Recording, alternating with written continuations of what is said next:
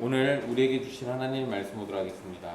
오늘 우리에게 주신 하나님의 말씀은 사도행전 17장 24절에서 34절까지 말씀입니다. 사도행전 17장 24절로 34절까지 말씀입니다. 귀하신 하나님의 말씀 받들어서 읽도록 하겠습니다. 우주와 그 가운데 있는 만물을 지으신 하나님께서는 천지의 주제시니 손으로 지은 전에 계시지 아니하시고 또 무엇이 부족한 것처럼 사람의 손으로 섬김을 받으시는 것이 아니니 이는 만민에게 생명과 호흡과 만물을 친히 주시는 이심이라. 인류의 모든 족속을 한 혈통으로 만드사 온 땅에 살게 하시고 그들의 연대를 정하시며 거주의 경계를 한정하셨으니 이는 사람으로 혹 하나님을 더듬어 찾아 발견하게 하려 하심이로되 그는 우리 각 사람에게서 멀리 계시지 아니하도다. 우리가 그를 힘입어 살며 기동하며 존재하느니라. 너희 시인 중 어떤 사람들의 말과 같이 우리가 그의 소생이라 하니 이와 같이 하나님의 소생이 되었은즉 하나님을 금이나 은이나 돌에다 사람의 기술과 고안으로 새긴 것들과 같이 여길 것이 아니니라.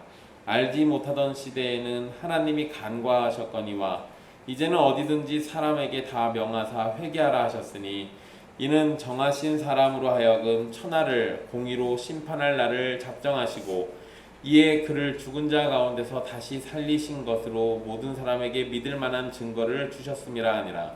그들이 죽은 자의 부활을 듣고 어떤 사람은 조롱도 하고 어떤 사람은 이 일에 대하여 내 말을 다시 듣겠다 하니 이에 바울이 그들 가운데서 떠나매 몇 사람이 그를 가까이하여 믿으니 그 중에는 아레오바고 관리 디오누시오와 다말이라 하는 여자와 또 다른 사람들도 있었더라. 아멘. 이 말씀은 살아계신 하나님의 말씀입니다. 지난 시간 아덴에서 바울이 전도하다가 아레오바고로 붙들려간 이야기를 살폈습니다. 오늘은 계속해서 아레오바고에서 바울이 어떤 내용을 전했고 그에 대한 반응이 어떻게 기록되어 있는지를 살피도록 하겠습니다. 바울은 아덴 사람들에게 자신이 아덴에서 본 알지 못하는 신에게라고 새긴 단과 관련해서 알지 못하고 위하는 그것에 관해 설명을 해주겠다고 23절에서 말했습니다.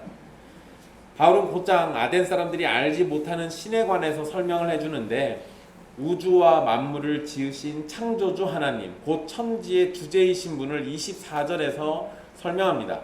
그러니까 바울이 하나님을 말할 때 우리 성경에는 생략되어 있습니다. 그냥 우주와 그 가운데 있는 만물을 지으신 하나님이라고 되어 있는데 이 관사가 붙어 있어요. 그 하나님입니다. 이 성경에서는 이런 관사 같은 게 굉장히 중요한 의미를 띠기도 합니다. 그러니까 바울이 지금 시작할 때는 야 내가 보니까 너희들이 위하는 걸 내가 여러 개 봤는데 그 중에 알지 못하는 신도 있더라. 내가 그거 알게 해줄게 라고 해놓고 이렇게 얘기하면 여러 신들 중에 너희가 지금 모르는 그 신을 내가 설명해 줄게가 된 거잖아요. 그런데 24절에서는 그게 아니라 우주와 모든 것들을 지으신 바로 그 하나님이라고 콕 집어서 딱 한 분을 얘기해요. 그러니까 너희들의 개념이 지금 일단 틀렸다라는 거를 이렇게 암시해 놓고 가는 겁니다. 그렇다고 해서 대놓고 야 니들 틀렸어 이렇게는 안 해요.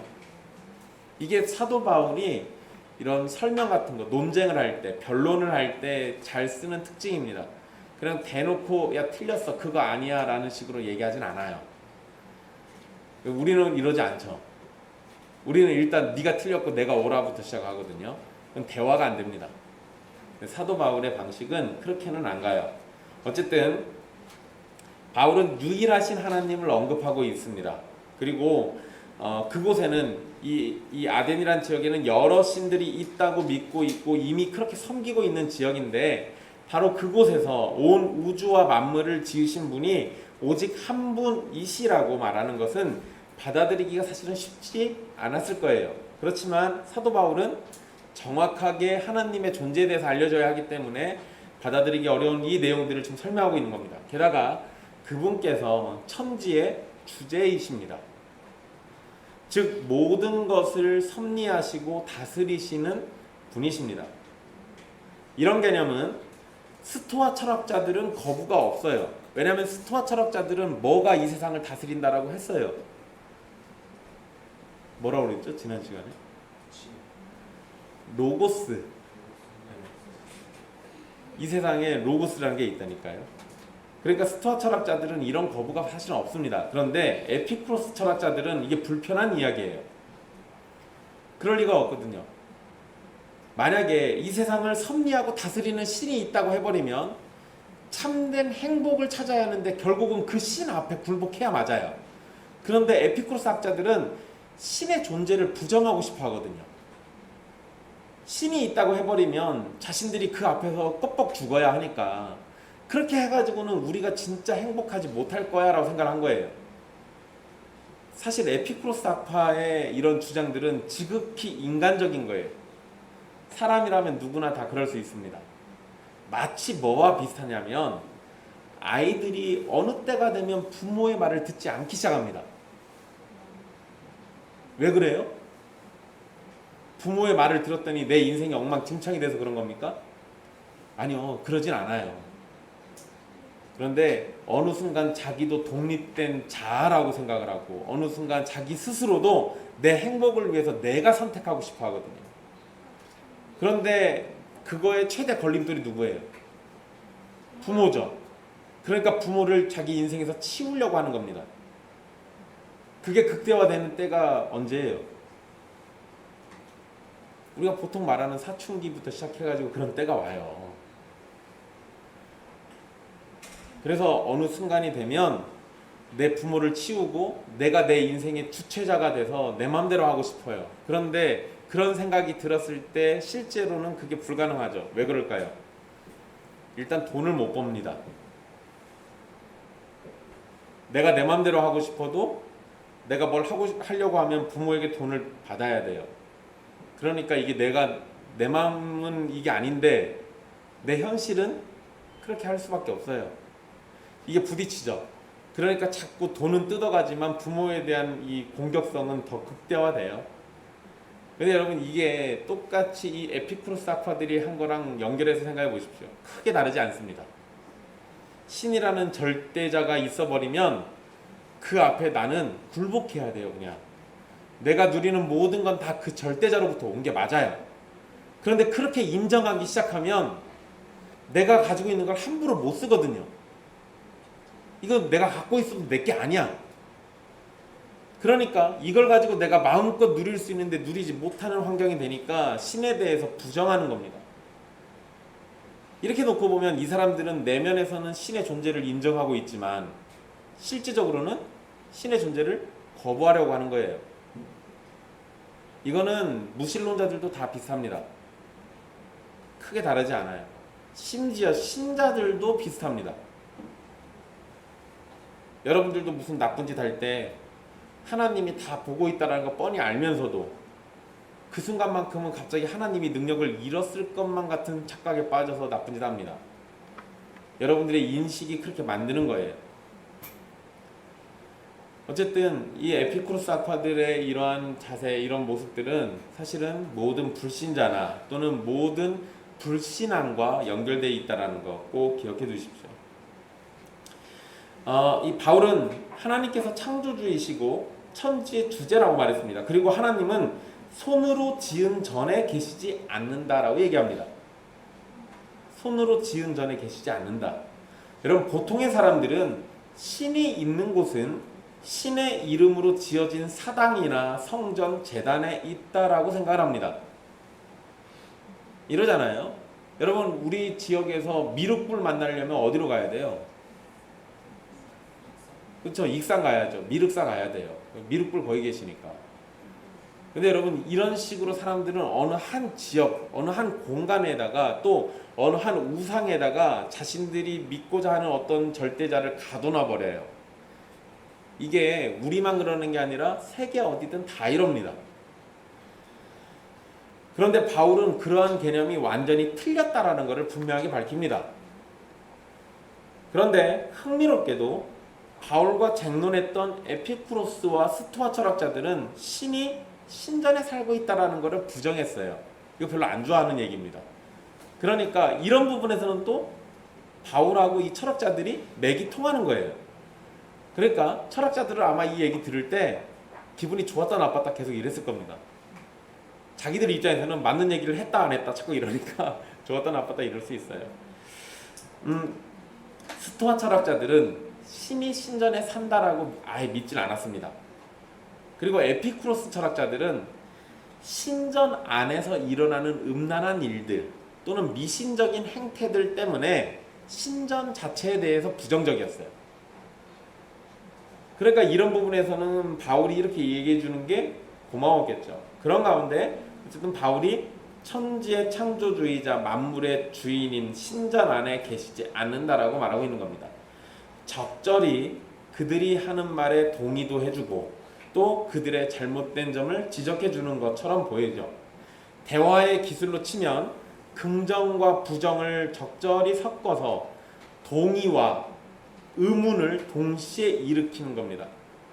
이거 사실은 굉장히 좋은 방법이에요. 대화할 때. 그러니까 몰라가지고 물어보는 게 아니라 알면서 물어보는 경우. 적당히 동의해주면서 이게 맞아? 라고 하면서 이렇게 질문을 던지는 거예요. 어쨌든 사도 바울이 이런 면에서 보면은 탁월한 변증가인 게 분명해요.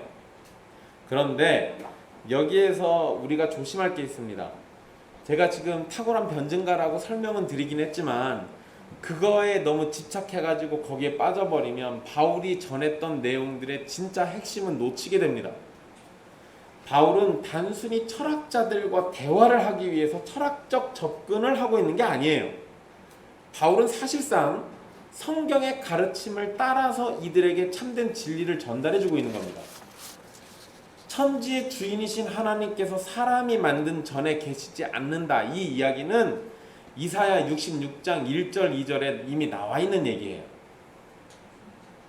또 같은 내용을 스데반도 설교했던 내용입니다.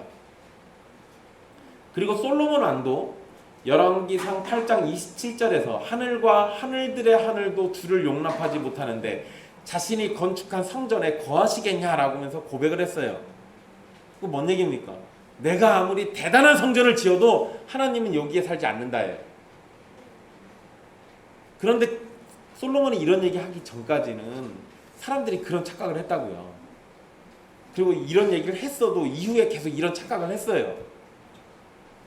그러니까 이스라엘 백성들에게는 이 성전이라는 게 너무 중요해서 성전이 무너져 내리니까 자기들이 완전히 망한 걸로 이해하잖아요.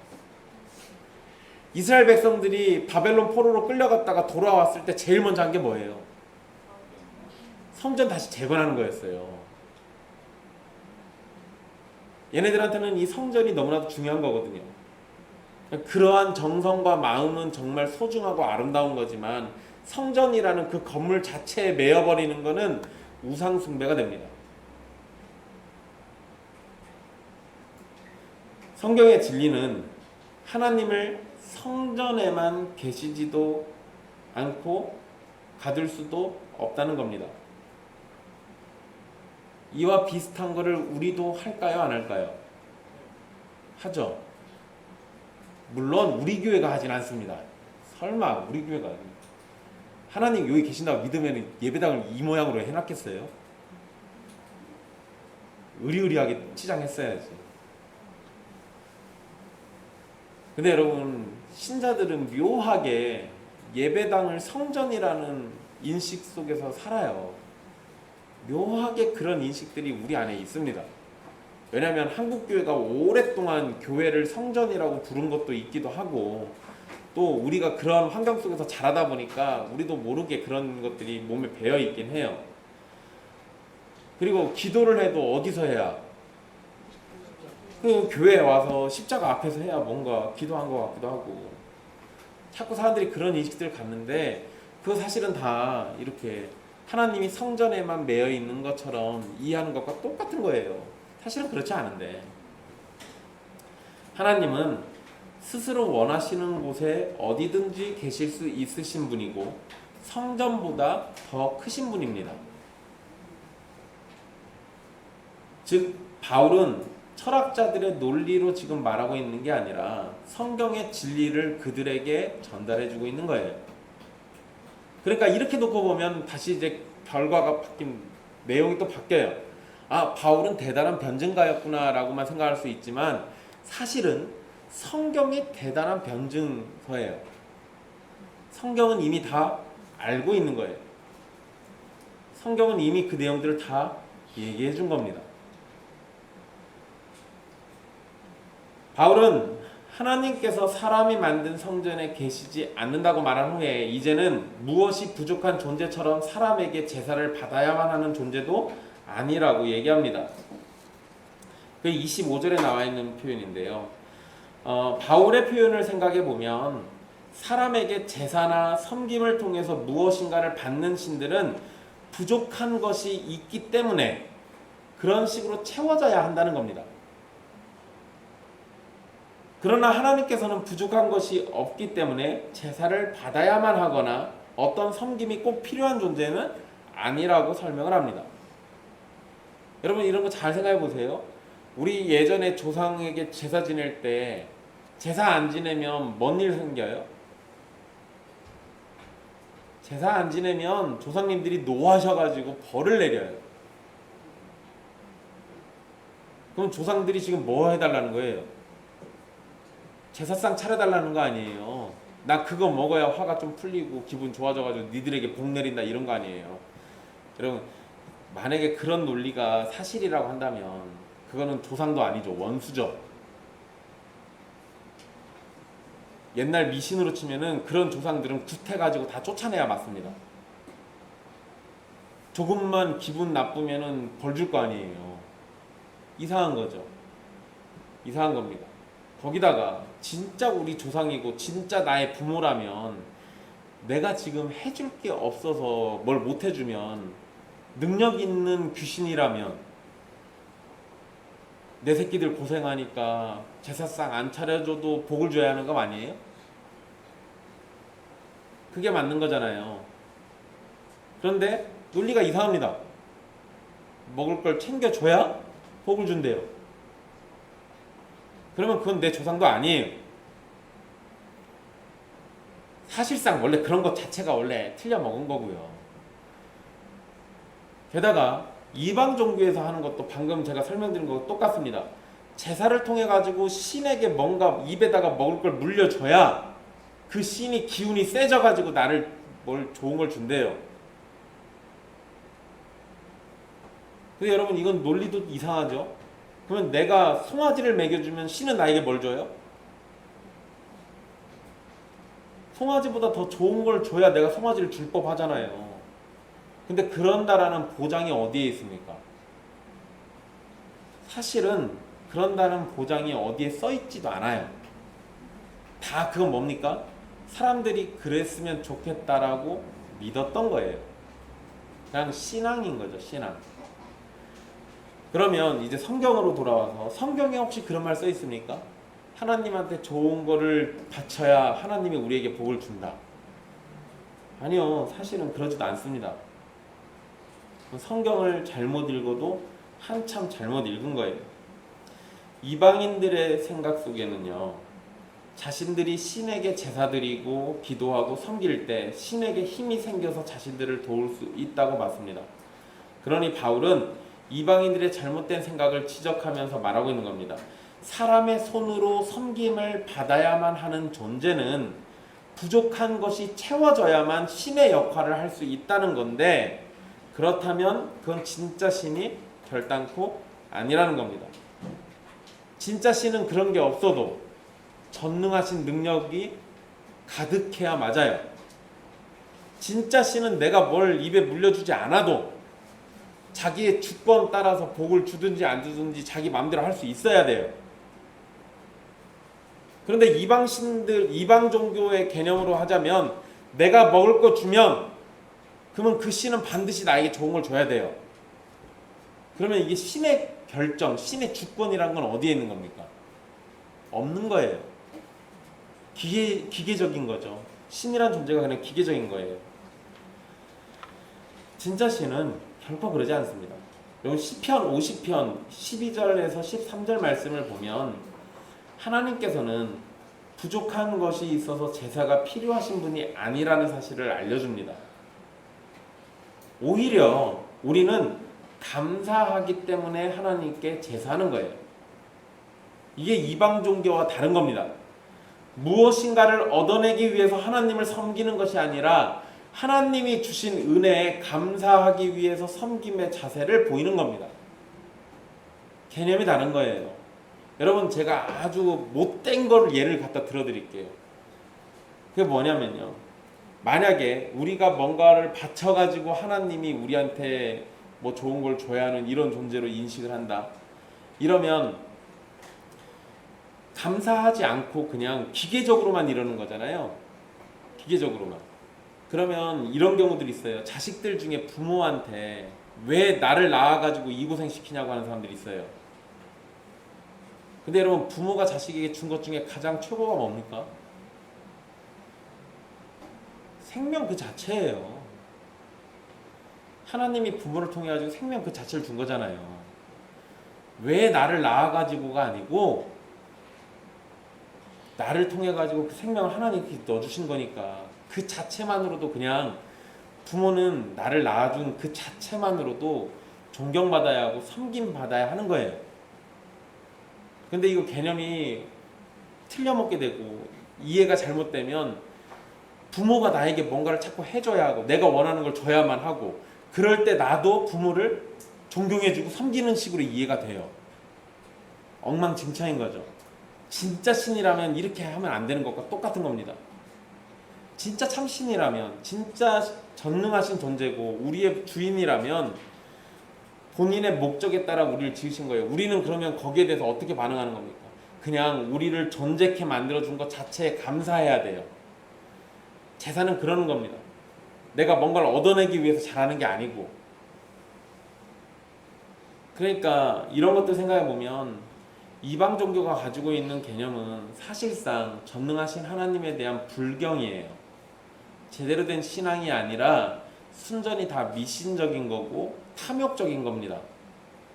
애초에 관계가 잘못되어 있는 거죠. 그거를 지금 사도 바울이 다 틀렸다라고 얘기해 주는 겁니다.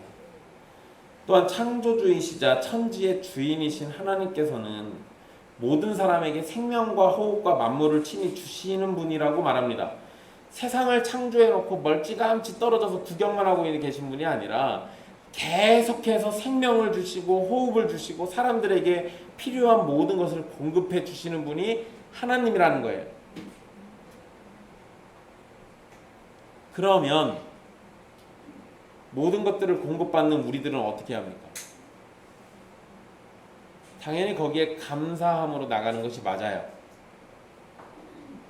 내가 원하는 것을 주지 않았기 때문에 감사를 못하겠다가 아니라 내가 원하는 것을 주시지 않더라도 나에게 생명을 주시고 호흡을 주시고 나에게 필요한 모든 걸 다 주고 계시기 때문에 그냥 감사하는 거예요. 그런데 사람들은 어떻게 생각합니까? 그거는 기본이고 거기에다가 내가 원하는 것까지 해줘야 돼요.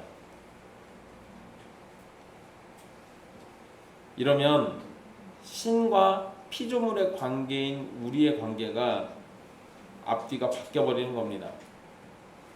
어쨌든 바울의 설명은요, 이방인들의 생각을 무너뜨리는 겁니다. 이방인들은 신이 섬김을 받아야만 하는 인간을 의존하는 존재로 이해한다면 성경은 오히려 그 반대로 사람이 하나님을 전적으로 의지하고 있고 그러한 가운데 감사함으로 하나님 앞에 서는 걸 말하고 있어요. 이방 종교는 신이라는 전능한 존재가 사람들의 섬김이라는 거에 의존하는 것 뿐입니다. 사람들이 섬겨주지 않으면 신들이 힘을 잃어요. 그런데 성경은 애초에 그런 얘기 하지 않는다고요. 사람들이 섬기든지 말든지 신이 가진 능력은 쇠하지 않습니다. 오히려 항상 인간이 하나님을 의지해야 한다는 걸 가르쳐주는 게 성경의 가르침이에요. 그러니까 이방 종교와는 완전히 결이 다른 겁니다. 바울은 계속해서 하나님께서 모든 인간을 만드셨는데 한 혈통으로 만드셨다라고 말합니다. 즉 어떤 민족이나 그 조상은 같다라는 겁니다. 성경은 인간이 아담과 하와의 후손이며 노아 홍수 사건 이후에는 노아의 세 아들을 통해 가지고 생육하고 번성했으니까 당연히 조상은 하나라는 결론이 나옵니다. 그러니까 아담과 하와까지 거슬러 올라가지 않더라도 적어도 우리는 어디에서 한 번은 다 만나요? 노아에서는 한 번 다 만납니다. 결국 그렇게 돼 있어요. 그러나 이런 생각은 이방인들, 특히 그리스 로마의 문화 속에 살던 사람들에게는 생각하지 않던 개념입니다. 왜냐하면 사람들이 서로 만나보니까 각각의 족속들은 무엇인가 다른 점들이 하나씩 다 있어요. 그렇기 때문에 이방인들은 여러 족속은 각각의 조상들이 있고 그 뿌리가 다르다라고 생각을 했던 겁니다. 사람들은 뿌리가 다르기 때문에 섬기는 신도 다르고 섬기는 모습과 복도 각자가 다 다르다라고 생각을 했던 겁니다. 그러나 바울은 그런 것이 아니라는 것을 분명히 가르쳐줍니다. 창조주이신 하나님은 천지의 주인이시고 모든 사람에게 생명과 호흡을 주셨고 그들을 한 뿌리에서 나게 하셔서 다양한 족속을 이루게 하셨고 그들의 삶과 거주의 경계까지 다 정해주셨어요.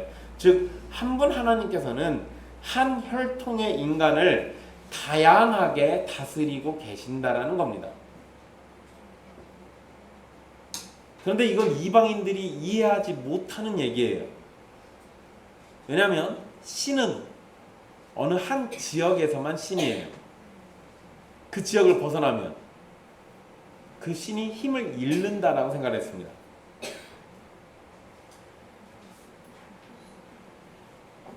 게다가 이방인들은요, 어떤 민족이 강해지면 그들이 섬기는 신의 힘이 세져서 그렇게 됐다라고 생각합니다.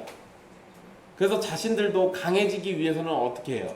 자신들이 강해지려면 신이 세져야 돼요. 자기들이 모시는 신이 힘이 대단해져야 합니다. 그래서 그 신에게 제사하고 힘을 길러서 자신들의 나라가 강해지길 바랬습니다. 그러나 그런 것은 인간의 무지한 생각일 뿐입니다. 어느 나라가 강해지는 것이나 사람이 살고 죽는 것은 모두가 다 누구 손에 달렸다? 천지의 주인이신 하나님의 손에 달려있다. 그러니까 하나님이 그들의 삶과 거주의 경계를 정하셨다고 얘기하는 거예요. 그런데 이방인들은 그렇게 생각 안 했다고요. 여러분, 이 이야기가 사실 우리에게는 잘 와닿지 않습니다. 그런데 성경 이야기 중에 하나를 가지고 오면 이해가 좀 쉬워져요. 이스라엘 백성들이 애굽에서 나왔을 때 이 개념이 그 당시 고대 근동에 다 있었던 겁니다. 자기들이 섬기는 신이 힘이 세져야만 다른 민족을 이길 수 있어요. 근데 이스라엘의 신은, 이스라엘이 지금 원래 어디 있었어요? 애굽에서 노예였잖아요. 그러면은 이스라엘의 신은 애굽의 다른 신들보다 약한 겁니다. 그런데 하나님이 이스라엘 백성들 데리고 나올 때 애굽에서 무슨 일 하셨어요? 10가지 재앙을 내리죠. 그 10가지 재앙은 다 애굽 땅에서 애굽인들이 섬기던 신들과 연관되어 있는 것들입니다. 그러니까 애굽에서 대단하다는 그 신들도 누구 아래에 있는 거예요? 하나님 아래에 있는 거예요. 비록 이스라엘은 애굽의 노예지만 애굽의 신들은 누구의 노예다? 하나님의 노예다라는 걸 보여준 겁니다. 그렇게 해서 기적을 일으키고 나오니까, 그러니까 이스라엘 족속들이 지나가는 곳마다 민족들이 떨었어요. 겁이 나거든요. 애굽의 저 위대한 신들을 다 무찌르고 온 그 신이 지금 이스라엘을 끌고 오니까 겁이 난 거예요. 거기다가 중간에 보면 이런 얘기도 나옵니다. 이스라엘의 신은 산의 신이야. 그러니까 산에서만 힘을 써.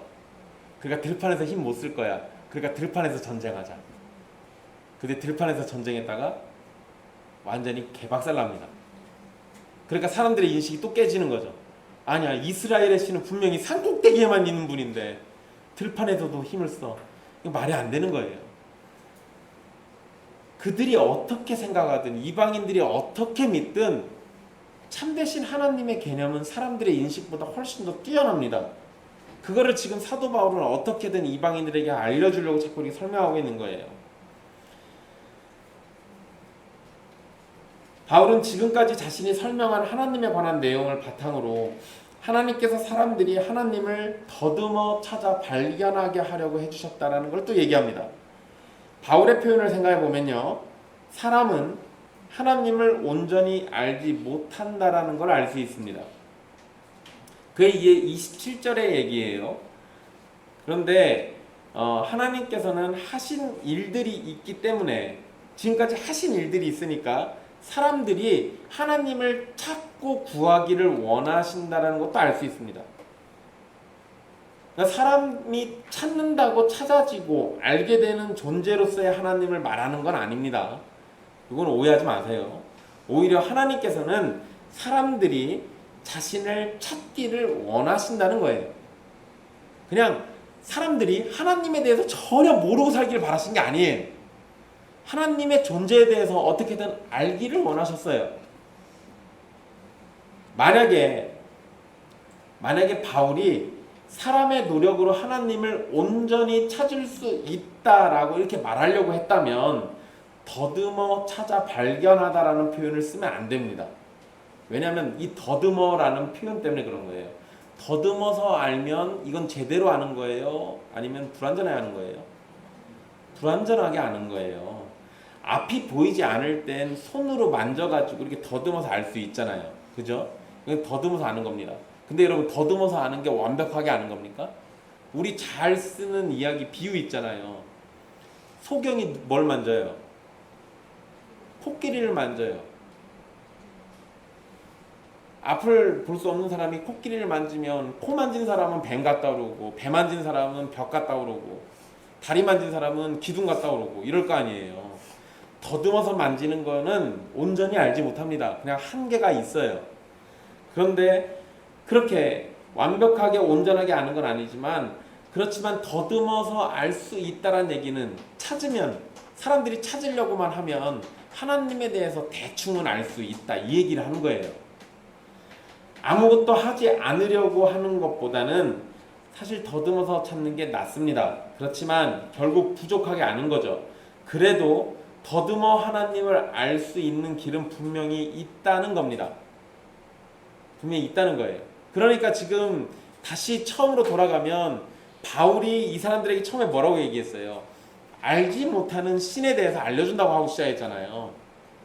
그러니까 바울은 지금 이 사람들을 어느 정도 칭찬해 준 게 맞아요. 그래, 니들이 지금 더듬어서 알지 못하는 그 신을 찾긴 찾은 거야. 내가 그거 지금 제대로 알려줄게, 이 얘기하고 있는 거죠. 바울은 하나님께서 우리 각 사람에게서 멀리 계시지 않는다라고 얘기합니다. 그래서 그게 27절 중간 이후에 이런 표현을 하는 거예요. 우리의 타락한 이성은 하나님을 모르거나 설령 하나님을 느껴도 아주 멀게만 느낍니다. 그래서 하나님에 대해서 어느 정도 느끼고 있다고 하더라도 하나님께서 나의 삶에 영향을 준다거나 주관한다고 생각하지는 않습니다. 그렇지만 사도 바울이 뭐라고 했어요? 우리 각 사람에게서 멀리 계시지 않는다고 그랬잖아요. 하나님은 우리의 삶에 관여하고 계신다는 얘기예요. 내가 느끼기에는 하나님이 나하고 아무런 상관없는 것처럼 느낄지 모르지만 그거는 그냥 우리가 느끼는 느낌인 거고 진짜는 그게 아니라는 겁니다. 하나님께서는 우리의 삶에 아주 가까이 계십니다. 언제도요. 여러분들이 착한 일을 할 때도, 악한 일을 할 때도, 의로운 일을 할 때도, 불의한 일을 할 때도, 여러분들이 나쁜 생각을 마음에 품거나 나쁜 행동을 하고 있을 때도 하나님은 여러분들 곁에 계신다고요. 멀리 있지 않다고요. 착각하면 안 돼요. 착각하면 안 됩니다. 여러분, 그리스 로마 신화를 다룬 영화 중에요, 이런 이상한 장면이 하나 나옵니다. 어떤 굉장히 큰 그 괴물이 등장을 해요. 전갈인가 뭐 그럴 거예요.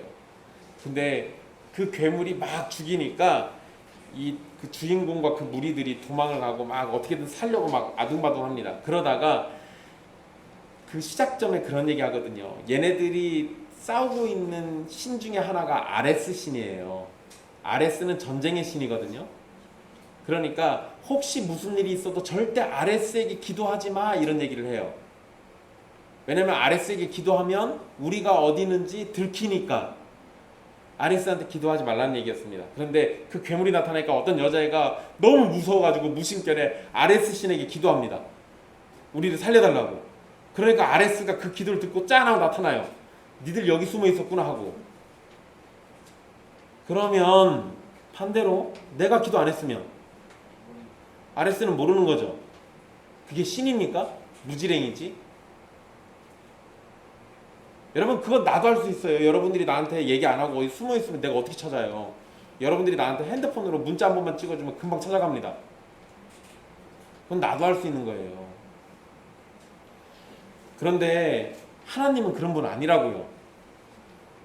여러분들이 무엇을 하든 멀리 계시지 않아요. 여러분들 곁에 계신다고요. 그걸 사람들은 자기가 못 느끼니까 뭐라고 생각해요? 하나님이 내 옆에 없다고 생각하는 겁니다.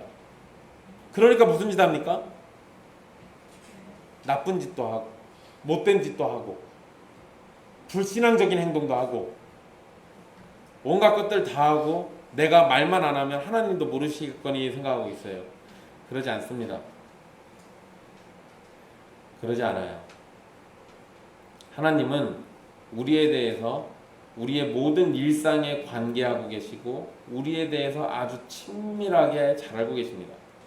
우리가 하나님을 알지 못하는 것과 상관없이요, 하나님께서는 우리를 너무도 확실히 알고 계십니다. 그분이 우리를 지으셨기 때문에 이건 당연한 진리예요.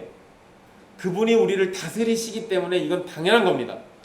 또한 우리의 처지와 상황을 아시고 우리의 소원을 아시고 우리에게 가장 필요한 것도 알고 계시죠. 우리는 하나님으로 살아가고 하나님에 의해서 삶을 지속하고 있는 겁니다. 단지 사람들이 그거를 인지하지 못하는 것뿐이에요. 내가 인식하지 못한다고 해서 그것이 없는 게 아닌데 사람들은 내가 인식을 못하니까 없다고 생각한다고요. 이게 문제죠. 이게 문제예요. 이제 바울은 지금까지의 설명을 바탕으로 인간이 하나님을 힘입어 세 가지의 모습이 나타난다고 얘기합니다. 첫째는 우리는 하나님으로 인해서 살고 있습니다. 이게 이제 28절 얘기예요. 그리고 둘째는 기동합니다. 이 기동한다는 것은 움직이는 역동적인 존재라는 의미예요. 셋째는 우리는 실제로 존재합니다. 우리가 살아서 움직이고 존재할 수 있는 것은 하나님으로 인해서 가능하다라는 거예요. 하나님에게서 떨어진 존재에게 생명이란 건 있을 수 없고 생명의 활동도 없는 겁니다. 바울은 이런 얘기를 하고 난 다음에 이제 이 사람들이 또 잘 알아들을 수 있는 얘기를 해요. 이방인 중에서 시인인 어떤 사람의 말을 인용합니다. 학자들은요, 이 시인이 아라투스라는 사람이라고 생각을 합니다. 이 아라투스라는 사람이 쓴 시가 있는데요, 그 시에서 인용한 표현이다라고 봐요. 이 아라투스는 스토아 철학자들 중에서 한 명입니다. 우리 성경에 보시면 28절 끝에요, 그 어떤 사람이 우리가 그의 소생이라 이렇게 했다는 거예요. 근데 이 아라투스가 우리가 그의 소생이다 라고 이렇게 말한 것은요, 이 사람이 제우스의 후손이다 라고 말한 거라고 돼 있어요. 제우스의 후손. 그런데 여러분 이제 여기서 조심할 건, 이 아라투스가 제우스라고 얘기할 때 우리 여러분 제우스 이러니까 또 여러분 바로 그리스 로마 신화의 그 천둥 들고 다니는 그 신 생각하시죠? 번개를 무기로 쓰고 신들의 신이고, 그리고 좀 예쁜 여자만 보면은 다 달라들고 그 신 생각하시죠? 그게 아니고 제우스는 만물을 움직이는 전능자라는 의미가 있습니다. 그러니까 우리가 보통 알고 있는 그 제우스를 얘기한 게 아니고, 아라투스가 얘기할 때는 이 그 온 우주를 다스리는 가장 최고의 전능자를 얘기한 거예요. 바울은 그 표현을 그대로 써서 우리가 하나님의 형상으로 지음을 받은 존재들이기 때문에 하나님의 소생, 하나님의 후손이라고 지금 이야기하고 있는 겁니다. 그러니까 우리가 그의 소생이라 하니 라고 하니까 29절에 이와 같이 하나님의 소생이 되었은즉 이라고 얘기했던 거예요. 29절에서 바울은 우리가 하나님의 후손이기 때문에 하나님을 금이나 은이나 돌과 같은 것에 새기거나 만들어서 섬기는 건 잘못된 것이라고 지적합니다. 모든 인간이 하나님의 후손이라면 당연히 금속이나 나무와 같은 것들에다가 하나님을 그리거나 새기는 건 옳지 않아요. 우상을 만들거나 새기는 것은 사람의 상상력을 바탕으로 신을 생각하고 만드는 것입니다. 게다가 그것들은 절대로 움직이거나 능력을 나타내지도 못합니다. 이러잖아요. 그러니까 이렇게 섬기는 거는 의미가 없어요. 의미가 없다고요. 여러분, 이건 이렇게 생각하시면 쉬워요. 우리나라 멀리 가지 맙시다. 그냥. 우리나라 사람들 원래 제사 잘 지냈으니까. 그런데 자기 아버지가 죽었다고 해서 아버지를 나무로 조각해가지고 집에다가 모셔놓고 절하고 하는 사람 본 적 있습니까? 그럼 미친놈이죠, 이제 이러면. 그럼 제정신이 아니라고 할 거예요. 보세요. 당장 자기 아버지가 죽어도, 자기 어머니가 죽어도 돌이나 나무로 형상을 만들진 않아요. 왜? 이건 진짜가 아니니까. 진짜는 어디 있어요? 절하고 싶으면 어디로 가요? 무덤에 가야지. 진짜는 거기 있으니까. 비록 다 썩어가지고 흙이 됐다 하더라도 적어도 내가 판 묻었던 거기로 가야 할 거 아니에요. 보세요. 자기 부모한테도 다 이러는데 그래놓고 신한테는 도대체 왜 나무, 돌, 금, 은 이런 거 형상을 만들어 섬기냐고요. 말이 안 되잖아요. 보세요. 사람들은 기본적으로 다 알고 있습니다. 알면서도 그걸 갖다가 이렇게 엉터리 짓을 하는 거예요. 결국에는 내가 상상력으로 만들어낸 걸 신이라고 믿고자 하는 거죠. 전형적인 우상 숭배입니다. 사람이 하나님께 의존해서 살고 있고 하나님에 의해서 모든 것을 공급받고 있다면 사람이 자기의 기술로 신의 형상을 만들고 그것을 위대한 신이라고 섬기는 것이 올바른지 생각해 보라는 거예요. 자기가 만들어 놓은 형상을 신이라고 부르면서 그 앞에 제사를 드리고 절하며 섬기는 것이 과연 참된 신앙이긴가? 결코 그러지 않아요. 자기 자신을 속이는 겁니다. 그냥 속이는 거예요. 바울은 이제 결론을 말하게 됩니다. 알지 못하던 때에는 하나님께서 간과하셨다라는 거예요. 여러분, 여기서 간과하셨다라는 표현은 의도적으로 무시하거나 통과시키다라는 의미가 있는데요. 이거는 문맥상 두 가지로 이해할 수 있습니다. 제가 두 가지 의미를 먼저 얘기해 드릴게요. 먼저는요, 알지 못하던 때에 행했던 우상숭배와 같은 죄악에 대해서는 죄를 묻지 않겠다, 이런 뜻이에요. 하나님을 알지 못하는 것과 알지 못해서 우상숭배를 저지른 것은 잘못인데 하나님께서 그것에 대해서는 벌하시지 않겠다, 이런 의미가 됩니다. 그런데 간과하셨다는 표현의 다른 의미는 이전에 알지 못하던 시대에는 우상숭배를 저지른 것에 대해서 그냥 하나님이 알면서도 내버려 두셨다는 거예요. 즉 그들이 우상숭배를 행하는 죄를 그대로 두고 그냥 그들이 짓는 죄를 따라서 죽게 만드셨다는 겁니다. 내버려 두신 거예요. 그냥 죽게. 여러분, 이 두 가지 의미 중에 첫 번째 의미로 받아들이면 하나님께서 알지 못하는 사람들은, 하나님을 알지 못하는 사람들, 하나님을 전혀 모르는 사람들, 예를 들자면 이순신 같은 사람들도 해당되는 거예요. 그런 사람들은 모두가 죄를 물을 수가 없게 됩니다. 하나님을 알지 못하고 죽은 게 되니까. 그런데 모든 사람이 죄인이라는 개념은 이 무지함, 알지 못함 앞에서는 아무런 의미가 없어져 버리는 이 심각한 문제가 발생해요. 그래서 첫 번째 의미는 아니에요. 야, 그때 몰랐던 거는 하나님이 그냥 모른 척하고 넘어가 주신다, 이거 아닙니다. 그렇게 이해하시면 안 돼요. 그거 아니에요. 그게 아니라 두 번째 의미, 하나님이 사람들이 죄를 지어도 그냥 내버려 두셨어요. 죄 짓고 알아서 그것 때문에 죽게. 그냥 그때는 그냥 그렇게 두셨다는 거예요. 그런데 이제는 어디든지 복음이 증거되게 하셔서 사람들에게 다 회개하라고 명령을 하고 계신다는 겁니다. 그러니까 더는 죄를 짓는 것을 두고 보시지 않고 그 죄로부터 속히 회개하고 돌이키기를 원하신다는 겁니다. 이렇게 해놓고 보면 사람들이 또 이제 분노해요. 아니 왜 우리 조상님들 때는 왜 그거를 안 가르쳐 주셔가지고 죽게 내버려 두십니까? 이렇게 따지기 시작하면요, 하나님이 그렇게 결정할 주권도 없으신 분이에요?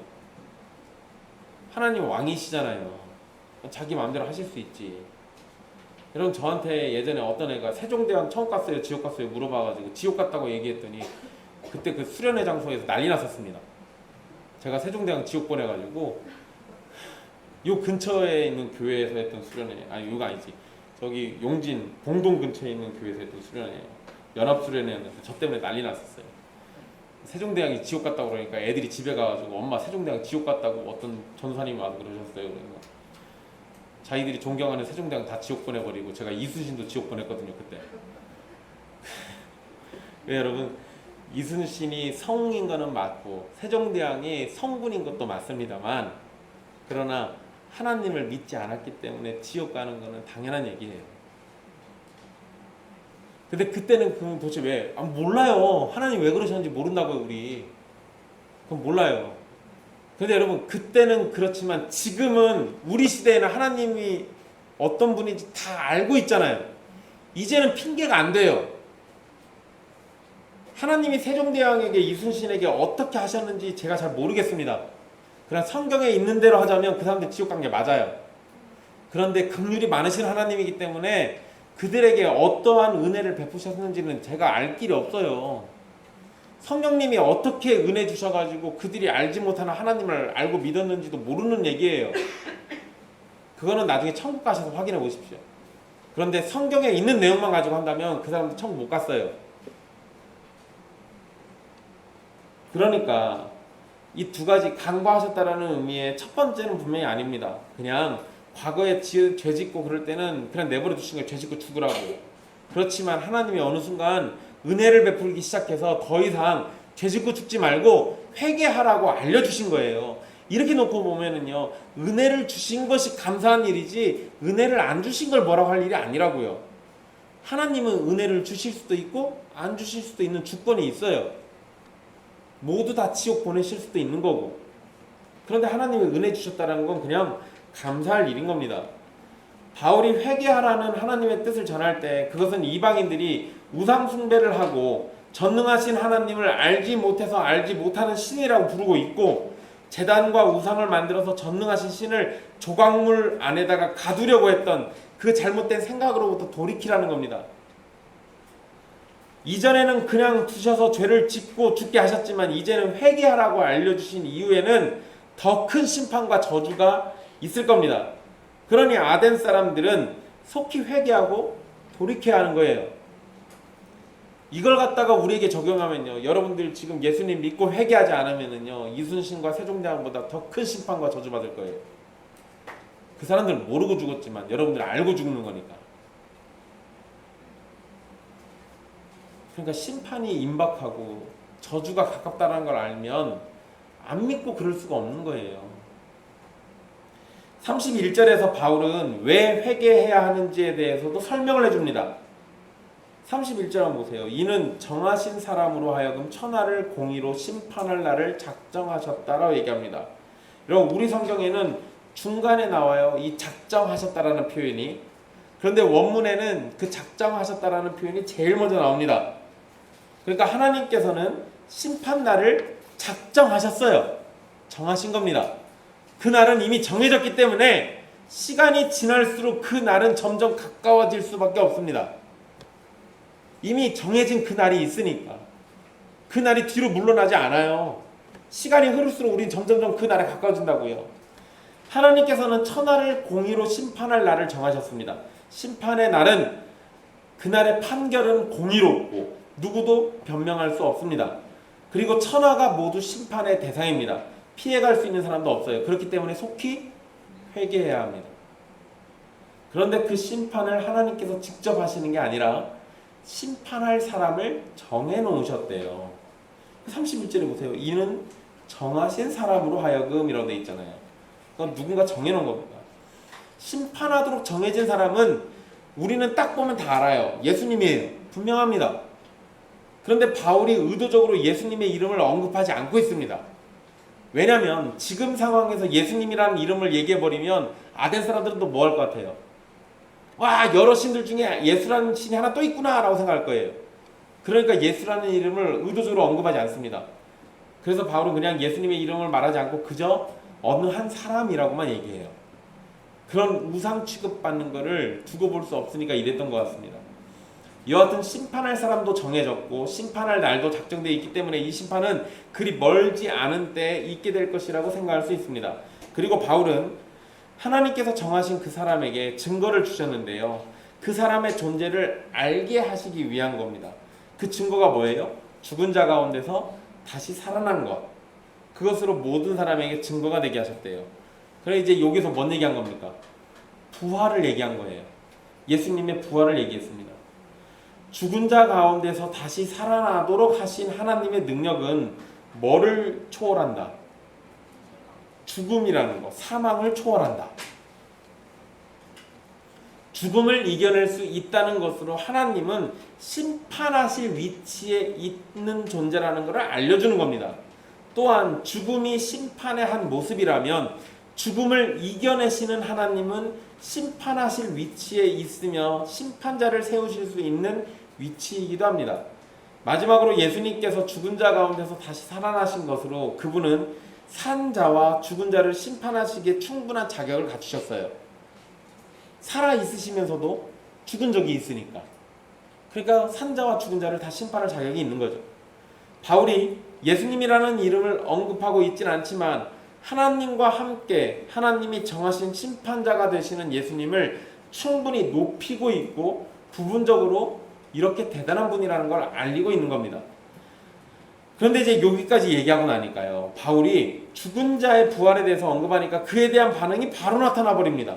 어떤 사람들은 조롱하고 어떤 사람들은 이 부분에 대해서 다시 바울에게 이야기를 듣겠다고 말합니다. 헬라 사람들에게 있어서 죽은 사람이 다시 살아나는 부활은 믿지 못할 일입니다. 그러니까 부활 얘기하니까 바로 반응을 보인 거예요. 설교가 끝나고 난 다음에 양측의 반응이 나타나는데 무관심이나 무대응도 조롱하고 크게 다르진 않습니다. 하나님의 말씀이 선포되었는데 그에 대해서 아무런 감정이나 생각이 생기지 않으면 그것은 그 설교를 무시하는 겁니다. 여기에서 조금 더 나가면 조롱해버리고 무시하는 일이 벌어지는 거예요. 그러니까 설교를 들었는데도 신경의 변화가 없거나 생각의 변화가 없으면 그냥 하나님의 말씀을 내다버린 거예요. 그냥 내다버리는 정도가 아니라 무시하면서 내다버린 것이 됩니다. 그러나 설교에 대해서 더 깊이 생각하고 묵상하는 일도 벌어집니다. 그러니까 누군가는 지금 이 순간에도 설교를 듣고 있으면서 한쪽 귀로 듣고 한쪽 귀로 흘릴 거예요. 누군가는 들은 이야기를 마음에 담고 노트에 적어서 다시 묵상하는 일이 벌어질 겁니다. 이렇게 다시 듣겠다고 해서 그 사람들이 곧장 구원을 받는 것도 아니지만 이 32절에 써져 있는 것처럼 그 일을 다시 들으려고 하는 사람들이 또 생기잖아요. 이들은 관심이 거기에 생겼고 더 커질 겁니다. 이러한 가운데 성령님께서 은혜를 베푸시면 그들이 전해 들은 복음의 말씀이 그들에게 살아있는 생명의 말씀이 될 겁니다. 바울은 설교를 다 한 후에 이제 그 자리를 떠나게 되는데요. 처음 아레오바고에 와서 설교할 때는 그 자리에서 바울이 전하는 복음에 관해서 판단을 받는 자리였습니다. 그러나 공회가 어떤 결정을 내렸는지에 대해서는 우리가 정확히 모릅니다. 그런데 만약에 바울이 전하는 복음의 내용이 아덴의 법을 어기는 것이었거나 아덴에서 전할 수 없는 새로운 신에 관한 이야기였다면 어떤 식으로든 바울은 처벌을 받았거나 복음을 전하지 못하도록 했을 겁니다. 그렇지만 바울은 그런 일을 당하지 않았거든요. 이런 걸 보면 비록 어떤 사람들이 조롱하기는 했지만 바울의 아레오바고 설교는 이제 그곳에서 인정을 받은 거예요. 그러니까 이 아덴이라는 지역에서 이제 바울은 복음을 전파해도 되는 겁니다. 그리고 누가가 바울이 한 설교의 결과에 대해서 좀 더 기록하고 있는데요. 아덴에서의 사건을 이제 마무리하는데 이 설교의 결과를 기록해 놨습니다. 몇 사람이 바울을 가까이 하면서 바울의 말을 더 들었던 것으로 보이는데, 그래서 그들이 믿는 일이 벌어졌고요. 그들 중에는 아레오바고 관리인 디오누시오와 다말이라고 하는 여자, 그리고 다른 사람들도 있었다라고 기록하고 있습니다. 이들의 믿음에는 회개하라는 바울의 외침이 받아들여진 거고요. 죄사함과 영생이라는 복음의 말씀이 믿어진 겁니다. 이들 중에 여러분 아레오바고의 공회원인 디오누시오가 있는데요. 아레오바고 공회원이라면 이거 아덴에서 굉장히 높은 위치에 있는 사람입니다. 그런 디오누시오가 바울을 통해서 예수님을 믿었다라는 건 사실 굉장히 대단한 일이에요. 이게 우리가 이 아덴이란 지역을 염두에 두고 생각을 해야 돼요. 허다하게 많은 신들을 싹 다 물리쳐버리고 오직 한 분이신 하나님과 예수 그리스도를 유일한 구원자로 믿는 믿음으로 나가는 겁니다. 그거를 이 아레오바고 공회원인 디오누시오가 그렇게 했다는 거예요. 굉장히 대단한 일인 거죠. 또 다말이라는 여자에 대해서도 언급하는 것이 비슷한 겁니다. 아덴 지역의 교회에서는 아마 이 여자가 중요한 일을 했던 사람일 거예요. 그런데 이 두 명만 있는 것은 아니고 다른 사람들도 예수님을 믿었다라고 얘기하죠. 뭐 믿은 사람의 수가 얼마나 되는지 모릅니다. 그렇지만 이 설교 때문에 단 한 명이라도 회심한 영혼이 나오면 바울의 설교는 성령님께서 역사하셔서 은혜를 베푼 설교가 되는 겁니다. 어쨌든 여러 명의 사람들이 여기에 구원받은 증거가 적혀 있는 거예요. 그걸 보면 아레오바고 설교는 성공한 설교입니다. 여러분 오늘 말씀에서 우리는 바울이 아레오바고에서 우상을 섬기는 사람들 앞에서 담대하게 천지의 창조주이시자 주제이시고 우리의 심판자가 되시는 예수님에 대해서 증거하는 것을 살폈습니다. 오늘 내용을 살핀 말씀에 대해서는요, 다음 주에 이어서 생각할 점들을 전해드리도록 하겠습니다. 내용이 너무 길어가지고요, 설교문을 작성했더니 10페이지가 나왔어요. 그래가지고 둘로 쪼갰습니다. 그래서 나머지는 다음 주에 드릴게요. 한 주 동안 바울이 전한 말씀, 복음의 내용들, 이 아레오바고 설교 내용을 다시 한번 잘 살펴보십시오. 그러면서 우상을 섬기는 자들에게 어떻게 복음을 전해야 하는지, 또한 어떤 내용을 전해야 하는지, 어떤 방식으로 전해야 하는지에 대해서 고민을 해보십시오. 잊지 말아야 할 것은 우리가 전하는, 또 우리가 믿는 하나님은 천지의 주인이시고 우리에게 도움을 받아서 신의 능력을 펼치시는 분이 아니라 우리의 모든 필요를 채우시고 우리의 경배를 받으시기에 합당하신 분이시고, 그리고 그분께서는 모든 사람을 공의로 심판할 날을 정하신 분이라는 것, 그 사실을 꼭 기억하십시오. 우리가 믿는 하나님은 이방 종교의 신들처럼 능력 없어서 사람들의 섬김을 받아야만 하고 손으로 지은 전에만 사는 존재가 아니라는 겁니다. 그분은 여러분들을 다 알고 계시고 여러분들의 머리털까지도 세신 바가 되고 여러분들의 모든 삶의 순간들을 다 곁에서 지켜보고 계신 분입니다. 여러분들을 주관하고 계신다는 거죠. 그리고 그분이 심판하실 겁니다. 심판의 날을 정하셨고 심판자를 두셨다고요. 하나님께서 그저 은혜만 주시는 것이 아니라 우리의 인생을 살피고 심판하셔서 하나님의 공의를 드러내기도 하신다는 겁니다. 그러니까 여러분들의 믿음과 여러분들의 삶과 여러분들의 구원에 대해서 다시 한번 되돌아보십시오. 주의 말씀으로 여러분들을 살피시고 여러분들의 구원이 어디에서 어디로부터 나오는지 되돌아보십시오. 그러는 가운데 이 말씀들을 다시 한번 다음 주에 살펴보도록 하겠습니다. 기도하겠습니다.